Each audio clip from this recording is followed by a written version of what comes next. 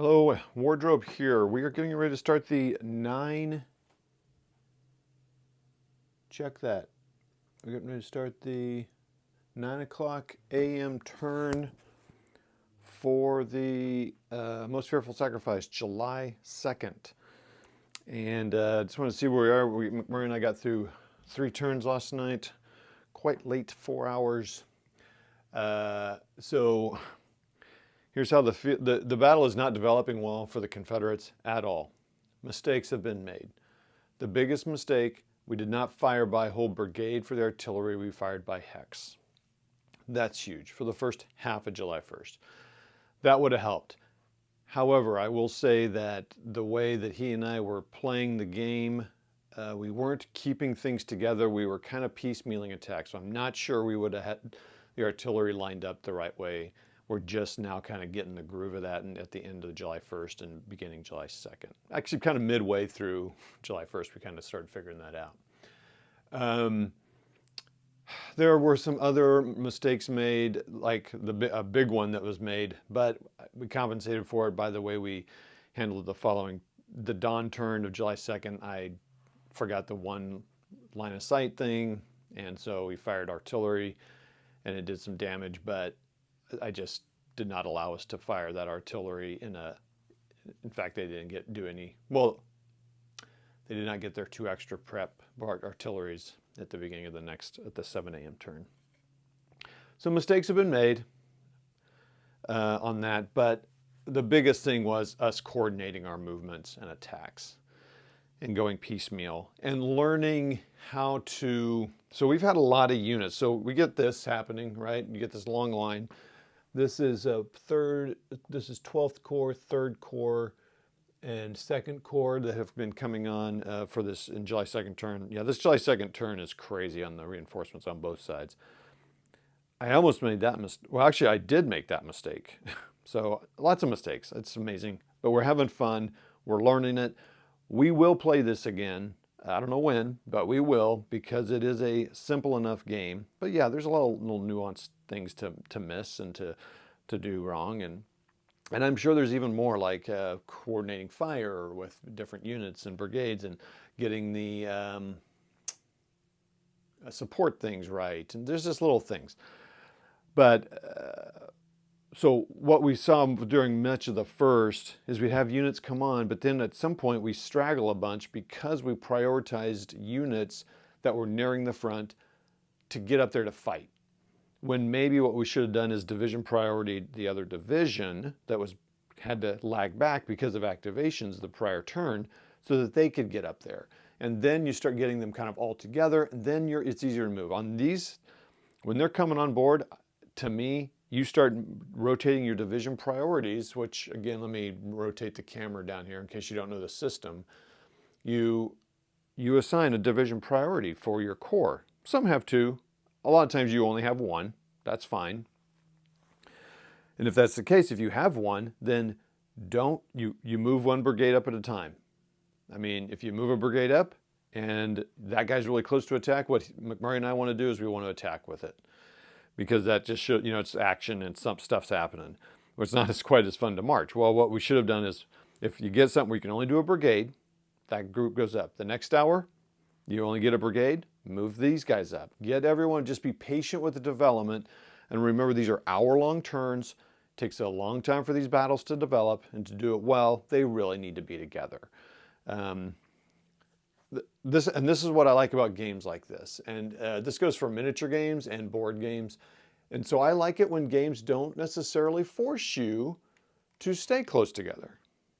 We can have this brigade over here, the second one over here, is brigade the right word I'm thinking of here? It's kind of the divisions, I think, for the most part. No, it's brigades, yeah, because you can activate by divide. Yeah, sorry. Yeah, because these are division cards. So I could have a brigade split all over, but guess what? They're just not going to be as effective because of these cards that say, if there's someone from the division group and they're all adjacent, then they can act. So if you got people together, they can do more things. If you have, there's 1 hex of this, or, that's what, if you have 1 hex of artillery, well, stack them up, get them together. There's just some advantages. So you can play it loose and free, but there are also rules that help you move together. It's kind of like, McMurray brought this up, it's kind of like the two fat lardies rules. You have a lot of freedom in things you do, but you're probably going to realize, oh, okay, this is why you keep things together. Now, you certainly don't have to follow like make a fish hook or do what, I don't know all the, the cool terms and things that happened. You don't have to follow that part, but you definitely want to have some doctrine of keeping units together, unit cohesion, even though it's not necessarily enforced like that. It's kind of like advanced squad leader, honestly. They don't really have command and control rules, but you definitely want to keep your leaders around your units so you can rally them, plain and simple. And you want support fire. So anyway, but you don't have to, but you're probably going to lose. Okay, so we got all those guys marching up here. This happened because I forgot to put when I read the reinforcement schedule, I read the north map, and then I went and I just didn't even look at south map. So the Union reinforcements come on. Well, the Union reinforcement is, the Union reinforcements and where the counters go have north map section and a south map section, because it just definitely makes it easier to know, like, okay, here's all the south map stuff. But what I did is I read the north map, because the Confederates I don't think the Confederates have that. The Confederates kind of all come up on the north map, I believe. But their section, so I think I just got in the habit of reading just the north map section for the Union. And they don't really have a whole lot of south map, I think, as far as reinforcements. I don't know. I have to think about that. But anyway, on July 2nd, I hadn't put them on. So they, on the evening, I think, and maybe a 6 a.m., 7 a.m. turn, these guys didn't even come on, because I read them. I was like, what the heck? Because I thought it was weird that the Union didn't have, like, where are these reinforcements? So we just gave them a move to get up here. And they probably wouldn't have gotten much further than this anyway. So the Union has all these guys moving on, and the Union has this huge stack of, and you can kind of see it right here, I don't want to knock it over, the artillery train. That's all artillery. It was taller than any stack that the Confederates were getting, and they're all coming on, and then you got more guys coming on here later in the day. So the Union is getting, but they're all coming on south, so it's going to be, again, like I was saying, it's going to be a while before they move on. Culp's Hill, Early came early, and took that. Cool idea. It did trap up basically three different corps, not just third corps, three different corps, 11, 12, and someone else. So that was good for that, but now Early's gone. They just got wiped out. Part of the problem was, okay, well, anyway, they got wiped out. So now they're gone. Anderson had been coming up here to pierce into this line. Nighttime happened, and that just screwed it all up for me. Everyone rested. No one's fatigued, but I didn't understand the whole bivouac, the order of events. So we had a lot of Confederates bivouacked, waking up out of bivouac, so they were getting attacked and hurt bad. So now Anderson's gone here, and Early's gone here. So that now frees up 3 or 4 different corps to come reinforce this line here. This is Seminary Ridge here. I don't know if this continues, but this is Seminary. There's the Cut, Seminary Ridge, and there's Oak Hill. So now there's some Confederates that could maybe move here. The Confederates could maybe move in here. There's also this line here. This is all, I think, Hood. Yeah. First Corps, Hood's division. Very tempting for McMurray and I to bring them up here through this better terrain and then skirt around here. So this is Longstreet's first McLaws. They came up here and they were pushing. Some of 3rd Corps came down here to, 3rd Corps came down here to block any movement because this was wide open. And now they're getting pretty stomped here. But it's also shaking up McLaws from 1st Corps, from Longstreet. So we were trying, McMurray and I committed to, McMurray really kind of started getting these guys lined up, taking our time, like, okay, let's get these guys lined up before we go in for the attack. Same with Longstreet, let's move them up. It looked very orderly, and then they started wearing these guys down. Now let me tell you a little funny anecdote, sort of funny. McMurray's a huge Dan Sickles, Dan the Man guy. He fought, you know, we took his picture by the memorial at Gettysburg, all kinds of things. Very important to him. And what's interesting is late into the night, like 1:15 in the morning, our time, you know, I don't remember, so it would have been probably the 8 o'clock turn here. Yeah, 8 a.m. turn. Thematically, if there's a general casualty, which you roll on the fog of war card, a 9% chance that this will happen. If you roll a general casualty on the second, it's going to be Sickles. Fog of war, 9%. The card's going to come up. The card comes up, we rolled. He rolled the dice, 9%. It happened. It was Sickles. However, you could be like, there's a little bit of question about like, well, what the heck? Where is he? Is he over here? Well, that's the cool thing. You don't know where he is.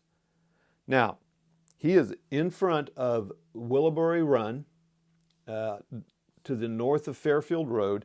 So you could easily say he was leading this defense here when Longstreet attacked and he got taken out here. It is easily said, or his leg is. So now maybe he is not dead. I don't remember how that works here. If he can come back with a penalty or what, but it kind of thematically made sense, but it did change the timbre of the game. Took a little bit of the wind out of sails for McMurray, which is, I mean, cool, good that it could have that impact that gets you thinking about it and kind of gives you some emotion like that. It's pretty awesome. So this is where we stand at the beginning of the 9 a.m. turn. The thinking is bring Hood up this way and then pull them up behind here, behind them. At the same time, but it's going to be tough because this is from one corps, but Longstreet can usually activate 2 divisions. If you get a command coordination card, so there's some things you can really do. So where our thinking is move them up here, not with the intention of attacking these guys, but surround them, get up here, and then start pushing this way.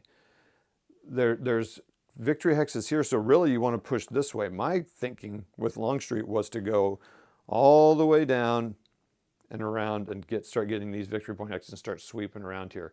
But I'll tell you what though, there's a lot of Union stuff coming. They've now lost this. The stacks of divisions and brigades that are busted up here, I just don't see how the Confederates can come back from this. They've been bringing troops back, but it is slow going. So yeah, bring Hood. Now, for the Union, the plan is to bring 2nd Corps is going to be this defensive line up here, and probably 11th or 5th Corps would be defending here, and then maybe some others, 11 Corps or something over here. Hopefully I'm getting all those numbers right. But 2nd Corps come up here. So depending on when cards are drawn, which is great why this game's replayable. If our goal with them is to bring 2nd Corps and back up Willoughby Run here. And that'll make them a tough nut to crack. Yeah, this game is pretty cool. I was honestly getting a little struggling. We've had this game set up a long time. A little bit of that in the middles thing, like, oh my gosh, I'm done. I'm ready to do something else. But what also helped was we usually just get like a turn, maybe 2 done, because we're playing that, at night after work. He gets up, he's got early shifts, and it's tough to get stuff in. So we really are trying to pound a bunch. But getting 3 turns done in a row felt like it kept us, kind of going. You kind of felt the move of battle better. So the more you can sit down and play, it's a big game. Okay, so get ready for that. Fun stuff. Appreciate you all who watch us on the live streams, who pop in there and do all that. So, okay, that's that. We'll talk to you all later, and we'll keep playing, keep posting up updates.